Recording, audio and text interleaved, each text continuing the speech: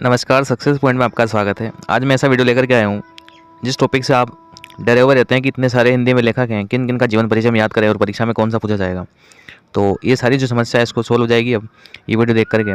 और आपको केवल क्या करना है कि सभी लेखकों का जीवन परिचय यानी कि जन्म सन, किस सन में पैदा हुए, किस सन में मरे, और अगर माता पिता का नाम है तो ठीक है, नहीं है तो कोई बात नहीं, और साथ में उनकी प्रमुख रचनाओं को याद रखना है। ठीक है। और ये जो जीवन परिचय मैं बना के लाया हूँ, तो इसमें जितनी भी लाइनें हैं वो सभी लेखकों पर सटीक बैठ जाएगी। आप इसका सभी पर प्रयोग कर सकते हैं और निश्चित रूप से आपको पूरे में से पूरे नंबर मिलने वाले हैं। तो हमने जयशंकर प्रसाद जी का जीवन परिचय को आधार मानते हुए मैंने इसको बनाया है मैटर को। तो हम पढ़ते हैं कि लेखक जयशंकर प्रसाद जी का जो जन्म है वो सन 1889 में हुआ था। अब दूसरे लेखक का आप लिखेंगे तो जन्म सन चेंज हो जाएगा बिल्कुल। वाराणसी में हुआ था। परिस्थितियां अनुकूल न होने के कारण प्रारंभिक जीवन बहुत ही कठिनाइयों में बीता। तो ये लाइन सभी में फिट हो जाएगी, कोई तकलीफ नहीं है। इनकी जो मृत्यु है 1937 में हुई। इनकी प्रमुख रचनाओं में कामायनी, आंसू झरना, लहर शामिल है। तो ये तो इनकी रचनाएं हैं, परंतु आप दूसरे कवि की लिखेंगे तो उनकी रचनाएं आएगी। ठीक है। और यदि आप दूसरे कवि के बारे में पर्सनली अगर खुद और भी जानते हैं तो आप उसको मैटर को भी इसमें ऐड कर सकते हैं। नहीं तो ये मैटर जो मैंने बनाया है ये बहुत पर्याप्त है, सफिशियंट है, इसमें कोई आपके नंबर नहीं करने वाले। ठीक है।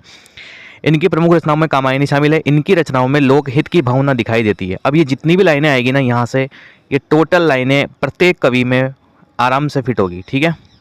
तो आपको अलग अलग कवियों के बारे में जानकारी जुटाने की, याद करने की कोई आवश्यकता नहीं है। आप इनको लिख करके कॉपी में और आसानी से जो है पढ़िए, निश्चित रूप से पूरे में से पूरे नंबर आपको मिलेंगे। ठीक है। तो पढ़ता हूँ मैं। इनकी रचनाओं में लोकहित की भावना दिखाई देती है। इन्होंने लोक कल्याण के लिए जो है बहुत सी रचनाएं की है। इनकी रचनाओं में समन्वयवादी दृष्टिकोण स्पष्ट नजर आता है। ये दार्शनिक विचारधारा के व्यक्ति थे या कवि थे। इनके लेखन की भाषा सरल, सहज और प्रवाहमय है। बहुत ही सुंदर शब्दों का चयन इन्होंने अपने लेखन में किया है। और आगे बढ़ते हैं। इन्होंने अपनी रचनाओं में उपमा, रूपक तथा अनुप्रास जैसे अलंकारों का उचित प्रयोग किया है। अपने अपने समय में प्रचलित सभी शैलियों का प्रतिबिंब इनकी रचनाओं में देखने को मिलता है।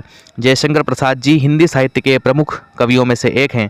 हिंदी साहित्य में इन्हें विशिष्ट स्थान प्राप्त है। जयशंकर जी के लिए यह बात बिल्कुल सटीक बैठती है कि जब तक सूरज चांद रहेगा हिंदी साहित्य में जयशंकर प्रसाद जी का नाम रहेगा। ठीक है। इस प्रकार से यदि आप लेखक परिचय लिखते हैं तो निश्चित रूप से आपको पूरे में से पूरे नंबर मिलने वाले हैं। ये लाइनें आप अपनी कॉपी में नोट करिए और इनको अच्छे से याद करिए।